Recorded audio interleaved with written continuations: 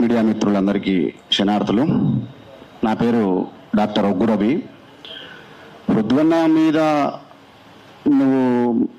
నువ్వు ఎవరి మాటలు పట్టుకొని నువ్వు మాట్లాడినవో తెలియదు, కానీ మరి ఇప్పుడే అక్క చెప్పింది అంటే ఏది ఏమైనా సూర్యుడి మీద ఉంచితే సూర్యుడి మీద పడది, అది నీ మీదనే పడుతుంది అన్న విషయం నువ్వు గుర్తుంచుకోవాలి మొదటగా. రెండవది ఏంటంటే నువ్వు తెలంగాణ బిడ్డవన్నావు.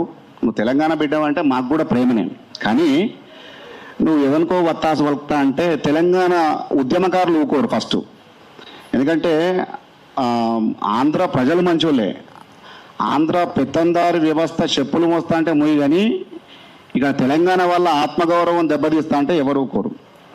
రెండవది ఏంటంటే చుక్కా సత్తయ్య గారు తెలంగాణలో ఒగ్గు కళారంగంలో పేరును మోసినటువంటి ఒక మారుమూల మాణిక్యాపురంలో పుట్టి మలేషియా దాకా పేరు మోసినటువంటి ఒగ్గు కథ కళాకారుడు.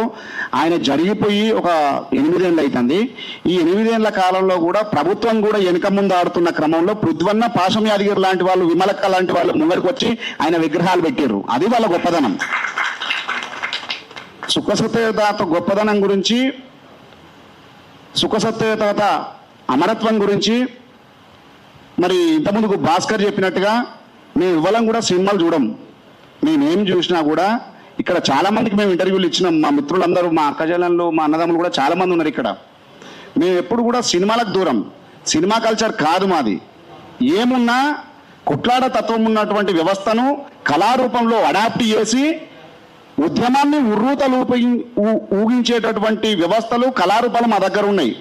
మరి ఆ కళారూపాల తెరువు మరి పృథ్వన్న వెనుక ఎవరున్నారు అని అనుకుంటుండొచ్చు. చాలామంది ఉన్నారు. ఒగ్గు కళాకారులు ఉన్నారు, బైన్ల కళాకారులు ఉన్నారు, డప్పు కళాకారులు ఉన్నారు, మందహెచ్చ కళాకారులు ఉన్నారు, బుడిగజంగం కళాకారులు ఉన్నారు, ఇంకా మా వాళ్ళు చాలామంది ఉన్నారు. లాస్ట్కు మా కాటికాపర్లు కూడా వస్తారు. అటు కాటికాపర్లు ఏం పని చేస్తారో మన అందరికీ ఎరికే. మరి అంత దూరం తెచ్చుకోకు పవన్ కళ్యాణ్. నువ్వు చాలా సినిమాలు తీసుకుంటే సినిమాలు తీసుకో, కానీ ఈ కళాకారుల శక్తియుక్తులు అన్నీ పోగేసి మేము ఆశీర్వదిస్తున్నటువంటి పృథ్వన్న తెరువు కానీ, పాశం యాదగిరి గారి తెరువు కానీ, విమలక్క తెరువు కానీ, ఉద్యమకారుల తెరువు కానీ, ఎస్పెషల్గా తెలంగాణ ఉద్యమకారుల తెరువు రాకు బాగుంటుంది. ఎందుకంటే కళాకారులు నోరు తెరిచి ఒక మాట అంటే అది పచ్చిగూడకు రౌతు కలిగినట్టు ఉంటుంది. మంచి పద్ధతులు కావు.